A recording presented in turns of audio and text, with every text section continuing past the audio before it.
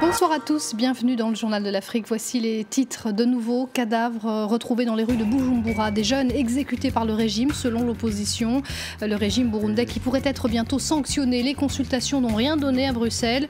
L'Union européenne pourrait annoncer la suspension de sa coopération dès la fin de cette semaine. Les pires inondations depuis de nombreuses années à Kinshasa. Le bilan est lourd, au moins 31 morts et 20 000 sans-abri. Des inondations causées par de très fortes pluies ces 3 dernières semaines. La Black Fashion Week ouvre ses portes ce jeudi à Paris. Elle avait été reportée en raison des attentats. En avant-première, Adama Paris, fer de lance de l'événement, est l'invité du Journal de l'Afrique. Le Burundi n'a pas convaincu l'Union européenne. Les discussions se sont terminées à Bruxelles sans accord. Bruxelles qui menace de suspendre sa coopération avec Bujumbura. Elle pourrait ne maintenir que l'aide humanitaire en raison de la situation sur le terrain et des violations répétées des droits de l'homme qui se multiplient. Aujourd'hui encore, 5 personnes au moins sont mortes dans un quartier réputé contestataire de Bujumbura. Le récit de Nicolas Germain. Loin de Bruxelles où se tiennent les consultations entre le Burundi et l'Union européenne, les violences continuent à Bujumbura. Ce matin encore, plusieurs cadavres ont été retrouvés. La police a affirmé qu'elle avait riposté à des attaques à la grenade. Les témoins, eux, disent que des policiers ont abattu plusieurs hommes dans ce quartier qui s'était opposé à un 3e mandat du président Nkurunziza. Les policiers sont entrés, ils ont pris mon téléphone et de l'argent.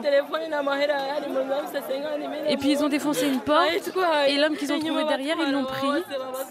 Ils l'ont exécuté et ils en ont tabassé d'autres.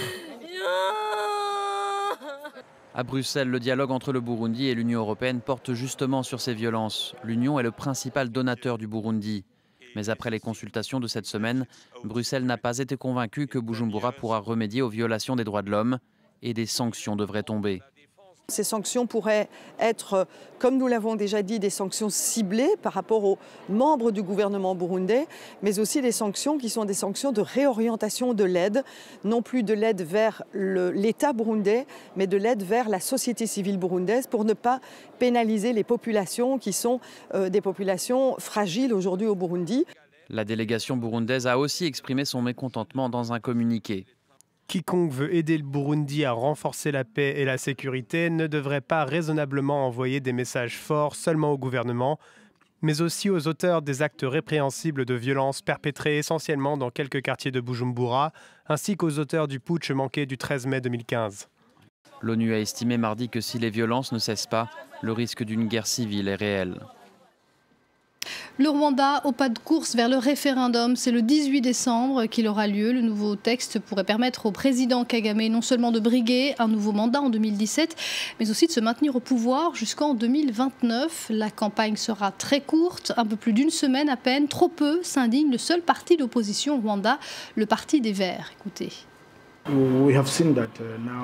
C'est devenu compliqué pour nous de réaliser tout ce que nous avions prévu de faire en perspective de ce référendum.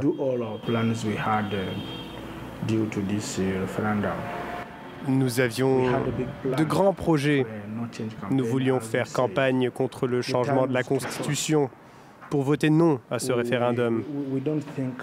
Mais maintenant, cela semble impossible à faire dans un laps de temps si court. Nous ne pensons pas pouvoir obtenir toutes les autorisations légales à temps. Nous ne pourrons donc pas exercer nos droits et nos libertés lors de ce vote. Des propos recueillis par Thaïs Brook, notre correspondant à Kigali.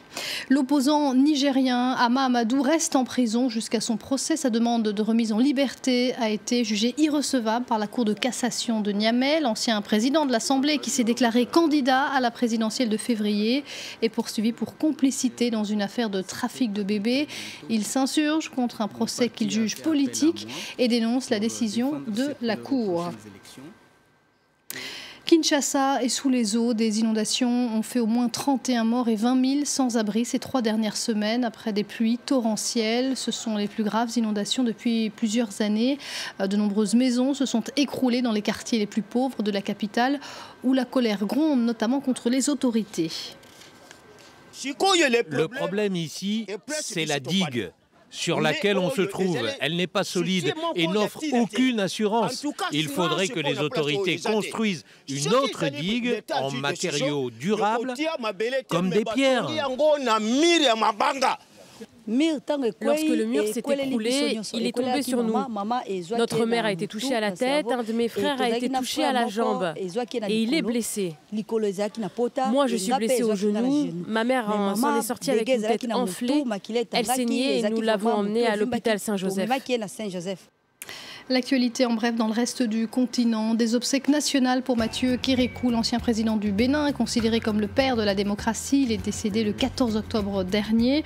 Le président Boni Yayi et son premier ministre Lionel Zinsou se sont recueillis devant son cercueil.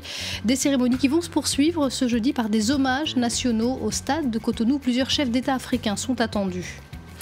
Au lendemain des tirs et des barricades brièvement érigées à Bangui après l'annonce du rejet de la candidature de l'ancien président Bozizé, l'archevêque de Bangui s'est rendu dans le quartier PK5, entouré par des points de contrôle anti-Balaka pour y prêcher la paix.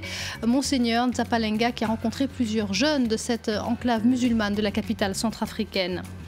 L'écrivain congolais Nkoli Jean Bofané, récompensé à Paris, il a reçu le prix des 5 continents de la francophonie pour son roman Congo Incorporated, le testament de Bismarck, la pauvreté, la dépendance, les désastres de la mondialisation et les questions de tout cela dans ce livre qui a déjà été plusieurs fois primé. Elle avait été reportée en raison des attentats de Paris. La Black Fashion Week débute demain, jeudi, dans la capitale française. C'est la 4e édition de cet événement proposé par la styliste Adama Paris, qui était en plateau avec nous tout à l'heure. Elle nous a même fait découvrir un modèle de sa dernière création. Alors les particularités de l'édition 2015, comme dans toutes les éditions précédentes, c'est les créateurs. Vraiment, on a des très bons créateurs qui viennent d'un peu partout, du Brésil, du Cameroun, du Sénégal, de Côte d'Ivoire, de Moldavie. Voilà, il n'y a pas que l'Afrique, il n'y a pas que les Noirs. Donc on propose une mode vraiment qui rassemble finalement. Alors il y a des défilés qui sont prévus à part vendredi et samedi.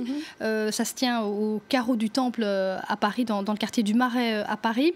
Vous nous avez fait le plaisir de nous proposer ici en plateau l'une de vos dernières créations.